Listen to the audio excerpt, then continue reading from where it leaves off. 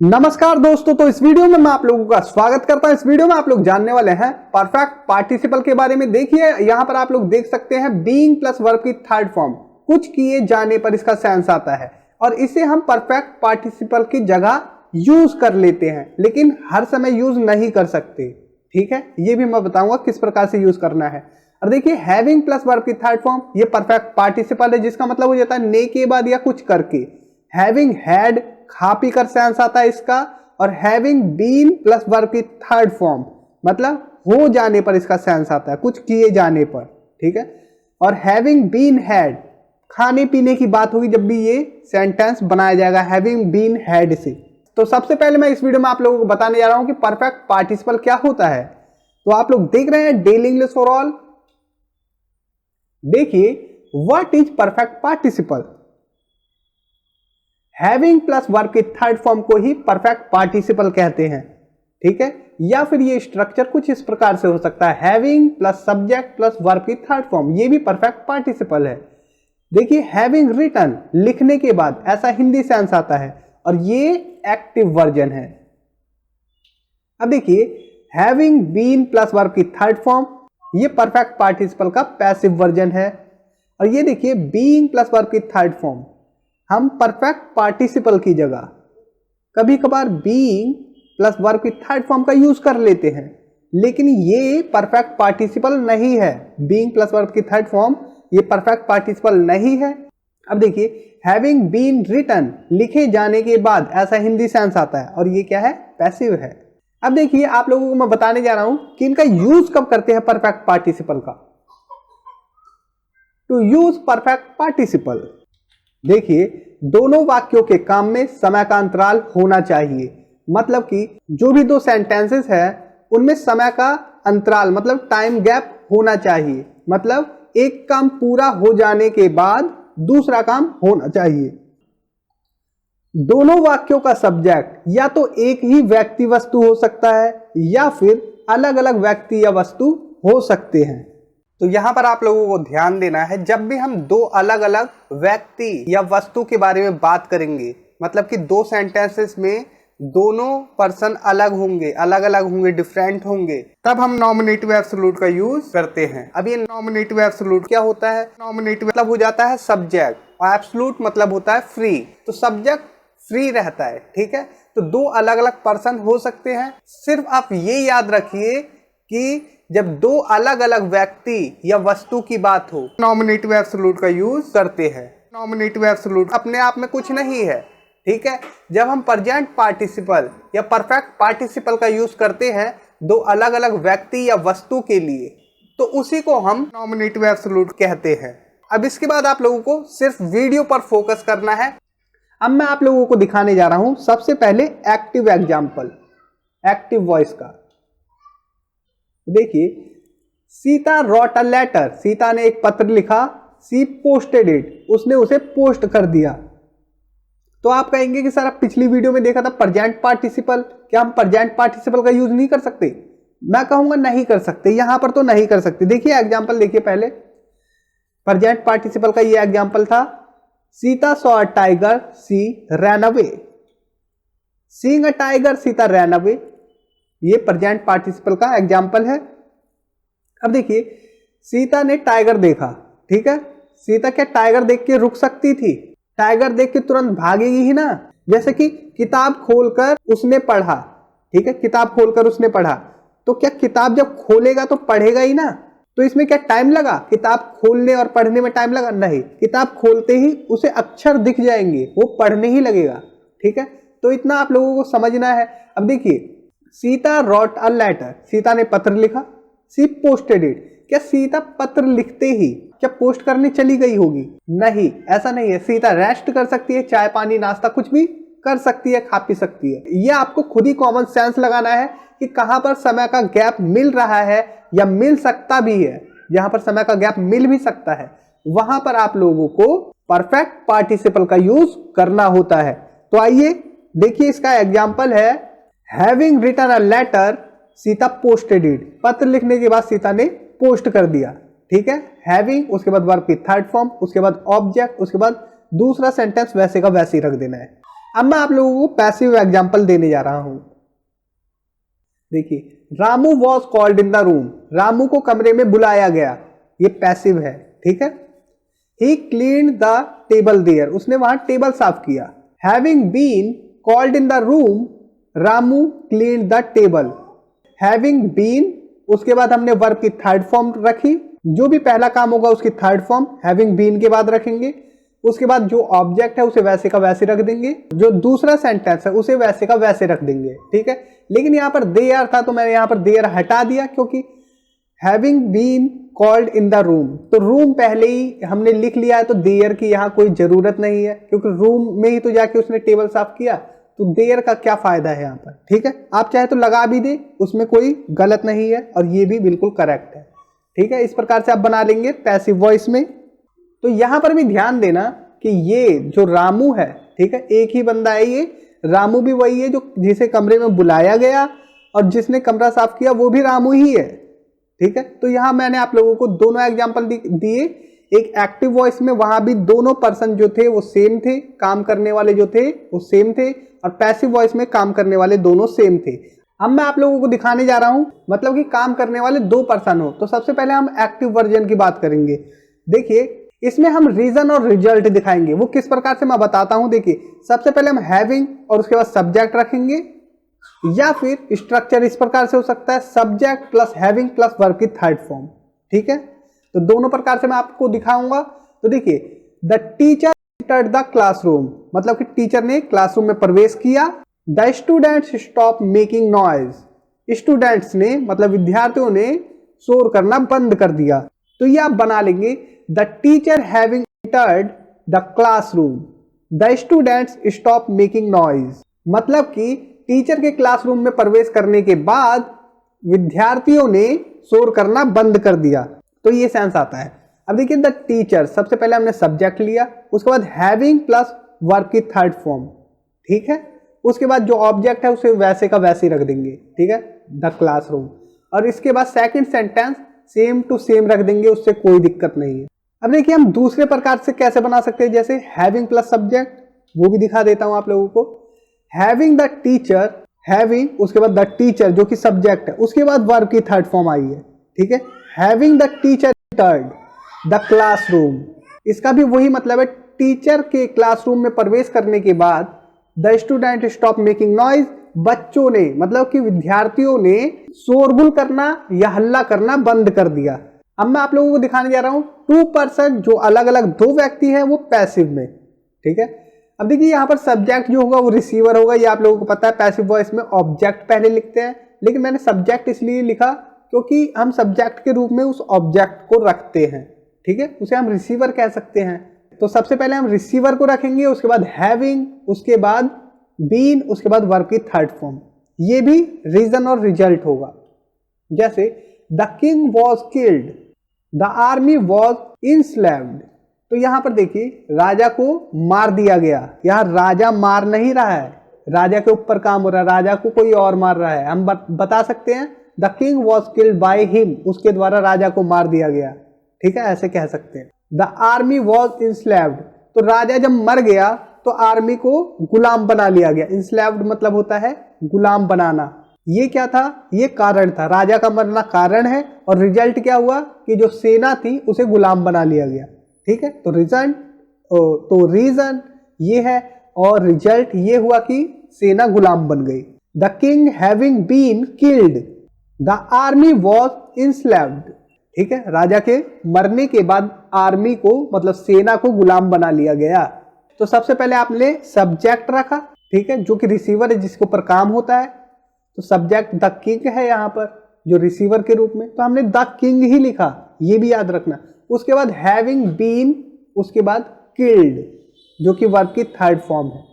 उसके बाद हमने सेकंड सेंटेंस को जैसे का तैसा रख दिया। तो अब मैं आप लोगों को दिखाने जा रहा हूं बीइंग प्लस वर्ब की थर्ड फॉर्म का यूज किस प्रकार से करते हैं और उसका सेंस क्या होता है। देखिए, जैसा कि मैंने आप लोगों को बताया, हैविंग बीन प्लस वर्ब की थर्ड फॉर्म की जगह हम बीइंग प्लस वर्ब की थर्ड फॉर्म का यूज कब करते हैं। तो सबसे पहले मैं बता दूं बीइंग प्लस वर्ब की थर्ड फॉर्म है क्या। सबसे पहले ये जानिए इसका जड़ क्या है। तो देखिए, बीइंग प्लस वर्ब की थर्ड फॉर्म प्रेजेंट पार्टिसिपल का पैसिव रूप है, ठीक है। प्रेजेंट पार्टिसिपल का पैसिव रूप क्या है, बीइंग प्लस वर्ब की थर्ड फॉर्म। देखिए आपके सामने दो सेंटेंसेस है, पैसिव वॉइस का सेंटेंस है the question was solve by Ramu, मतलब कि रामू द्वारा क्वेश्चन को हल कर दिया गया। ठीक है, रामू ने क्वेश्चन को हल कर दिया, ऐसा कह सकते हैं।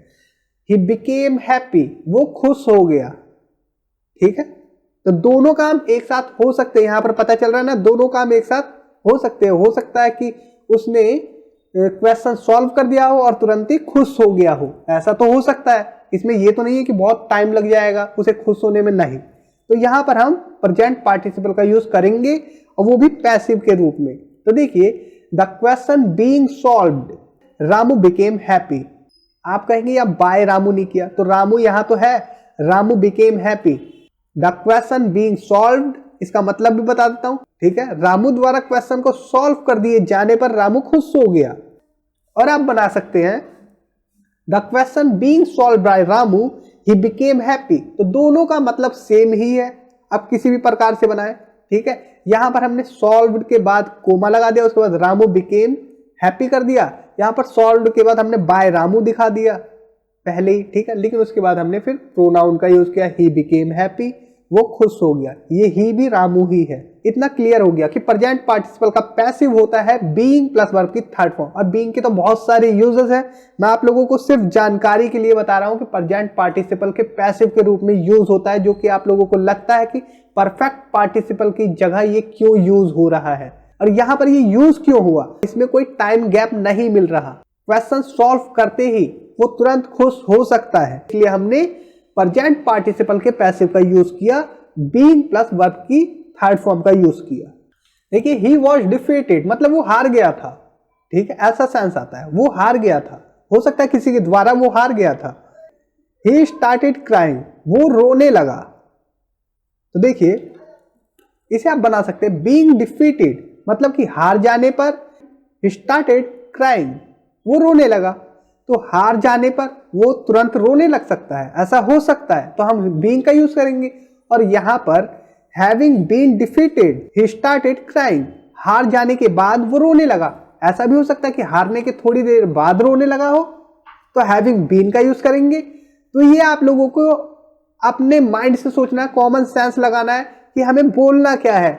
ठीक है, ये कॉमन सेंस लगाना है। अगर एग्जाम की तैयारी भी आप लोग कर रहे हैं तो सिंपल सी बात याद रखिए कि बीइंग डिफीटेड या फिर हैव बीन डिफीटेड, इन दोनों में अंतर कैसे जाने, तो मैंने आप लोगों को बता दिया। बीइंग डिफीटेड मतलब है प्रेजेंट पार्टिसिपल और हैविंग बीन डिफीटेड ये है परफेक्ट पार्टिसिपल, और ये परफेक्ट पार्टिसिपल का पैसिव है और ये प्रेजेंट पार्टिसिपल का पैसिव है।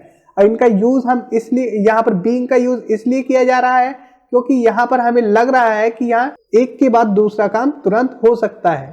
ठीक है, जैसे हार जाने पर वो रोने लगा, तो हाँ हो सकता है कि हार जाने पर वो तुरंत रोने लगा हो। ठीक है, या हार जाने के बाद वो रोने लगा तो हमने हैविंग बीन का यूज कर लिया, हार जाने के बाद वो रोने लगा, having been defeated he started crying. अब देखिए अगर हम कहें ही वॉज डिफीटेड, वो हार गया था, he went to his house, वो अपने घर चला गया। तो हैविंग बीन डिफीटेड मतलब कि हार जाने के बाद he went to his house, वो अपने घर चला गया। तो क्या यहां पर हम बीइंग का यूज कर सकते हैं, मतलब प्रेजेंट पार्टिसिपल के पैसिव का यूज कर सकते हैं? नहीं कर सकते, जबकि देखिए दोनों सब्जेक्ट सेम है। अगर हम कहते हैं कि वो हार गया था, तुरंत ही बाद वो अपने घर चला जाएगा, या फिर खुद ही सोचिए क्या वो हारने के बाद किसी से बातचीत कर रहा हो, यार मैं तो हार गया, ये कर सकता है कि नहीं? हाँ, उस पर टाइम है, बिल्कुल वो फ्री है इस समय। ठीक है, लेकिन हम कहते ही वॉज डिफीटेड, वो हार गया और रोने लगा, तो रोने लगा तो लगता भी है कि हाँ भाई एक के बाद दूसरा काम हो गया। लेकिन यहां पर वेंट टू हिज हाउस, वो अपने घर गया, सीधा सीधा टाइम गैप है। देखिए छोटी सी बात मैं आप लोगों को बता दूं, अगर आप लोगों को ये कहना है, हिंदी में सेंस जानिए, अगर आप लोगों को कहना है कि कोई काम होने के बाद, ठीक है, जैसे हार जाने के बाद वो अपने घर चला गया, तो कॉमन सेंस की बात है, कोई काम हो जाने के बाद मतलब कि कोई काम पूरा हो चुका उसके बाद दूसरा काम हुआ। अगर प्रेजेंट पार्टिसिपल का यूज करते हैं तो उसमें कर का सेंस आता है, जैसे कि शेर देखकर वो भाग गई, किताब खोलकर मैंने पढ़ी, अलमारी खोलकर मैंने पेन निकाला। अब देखिए एक और एग्जांपल है, he was scolded by his father, he couldn't go to play. यहां पर बताइए बीइंग प्लस वर्ब की थर्ड फॉर्म का यूज कर सकते हैं, मतलब प्रेजेंट पार्टिसिपल के पैसिव का यूज किया जा सकता है कि या नहीं। अब मैं आप लोगों को दिखाई देता हूं, देखिए यहां पर किया जा सकता है। देखिए he was scolded by his father, उसे उसके पापा द्वारा डांटे जाने पर he couldn't go to play, वो खेलने नहीं जा पाया। ठीक है, वो खेलने नहीं जा सका या पाया। तो देखिए being scolded by his father मतलब कि उसके पापा द्वारा डांटे जाने पर he couldn't go to play, वो खेलने नहीं जा पाया। हाँ तो ऐसा हो सकता है क्योंकि उस समय उसके पापा डांट रहे थे तो वो नहीं जा पाया, सीधी सी बात है। अगर उस समय उसके पापा डांट रहे थे तो खेलने कैसे जाएगा। ठीक है, तो दोनों काम एक साथ हो सकता है। यहां पर नेगेटिव है तो यहां पर दूसरा काम नहीं हो सका, खुद ही बता दिया गया कि he couldn't go to play, वो खेलने नहीं जा पाया। तो पहला काम हुआ तो दूसरा हो ही नहीं पाया, तो ऐसा तो ये तो सिंपल ही हो गया। ठीक है, being scolded by his father, जब उसके पापा डांट रहे थे वो खेलने नहीं जा पाया, तो ये तो सिंपल बन गया। तो यहां पर तो बीइंग 100% यूज होगा ही होगा। अब देखिए having been scolded by his father he couldn't go to play, अब देखिए ये भी यूज हो जाएगा। Having been scolded by his father मतलब कि उसके पापा द्वारा डांटे जाने के बाद वो खेलने नहीं जा पाया। उसके पापा डांट चुके थे, एक काम कंप्लीट हो चुका था, जो डांटने का काम था वो कंप्लीट हो चुका था, लेकिन वो नहीं जा पाया। He couldn't go to play, वो खेलने नहीं जा सका। ठीक है, डांटने के बाद। और ये है being scolded by his father, उसके पापा के डांटने पर he couldn't go to play, वो नहीं खेल पाया या खेलने नहीं जा पाया क्योंकि उसके पापा उसी वक्त तो डांट रहे थे जब उसे खेलने जाना था। तो ये है इसका मतलब बीइंग और फिर वर्ब की थर्ड फॉर्म, एक के बाद दूसरा काम तुरंत हो या फिर दोनों काम एक साथ हो, तब हम बीइंग मतलब कि प्रेजेंट पार्टिसिपल का यूज करते हैं। इतना आप लोगों को पता है। अब देखिए having had he ate food he went for a walk. ठीक है, उसने खाना खाया और घूमने चला गया। Having eaten food he went for a walk, खाना खाने के बाद वो घूमने चला गया। Having had food he went for a walk, खाना खाने के बाद वो घूमने चला गया। तो हैविंग ईटन की जगह हमने हैविंग हैड कर दिया। हैव का यूज करते हैं, हैव का खाने पीने की चीजों के लिए हैव का यूज करते हैं, आप लोगों को पता है। तो हम हैविंग का यूज कर रहे हैं, उसके बाद वर्ब की थर्ड फॉर्म है ये। ठीक है, उसके बाद फूड से पहले यूज कर रहे हैं, याद रखना, किसी और चीज से पहले नहीं, खाने पीने की चीजों से पहले हम इसे यूज करते हैं, या कुछ शौक से पहले भी हम हैव का यूज करते हैं। तो ये हैव की थर्ड फॉर्म है हैड। ठीक है, जो हम ईटन की जगह यूज कर रहे हैं। तो ईट टेक की जगह हम हैव का यूज करते हैं। इतना क्लियर हो गया। तो आप कंफ्यूज ना हो इसलिए मैंने ये एग्जांपल आप लोगों को दिखाने के लिए रखे हैं। अब देखिए हैविंग बीन हैड इस प्रकार से भी आ जाए तो भी समझ जाना खाने पीने की बात हो रही है, खा पी कर की बात हो रही है ऐसे करके, या फिर जो भी उसका इंग्लिश हो हैड के बाद वो देख लेना। देखिए the food eaten by him, उसके द्वारा खाना खाया गया। ही वेंट फॉर अ वॉक, वो टहलने चला गया। पहला ये जो सेंटेंस है पैसिव में है तो ये बन जाएगा the food having been had, मतलब कि खाना खाए जाने के बाद he went for a walk, वो टहलने चला गया या वॉक पर चला गया। तो यहां पर ये जो हैड है ये ईटन की जगह यूज करते हैं। ठीक है, ईटन की जगह। तो दोस्तों इस वीडियो में इतना ही। उम्मीद करता हूं ये वीडियो आप लोगों के लिए काफी हेल्पफुल होगी और इस वीडियो से आप लोगों ने काफी कुछ सीखा होगा। तो थैंक्स फॉर वॉचिंग। इस वीडियो पे मैं एम करता हूं सिर्फ 2000 लाइक के, तो 2000 लाइक तो कर ही देना। मिलते हैं नेक्स्ट वीडियो में। Thanks for watching, take care, bye.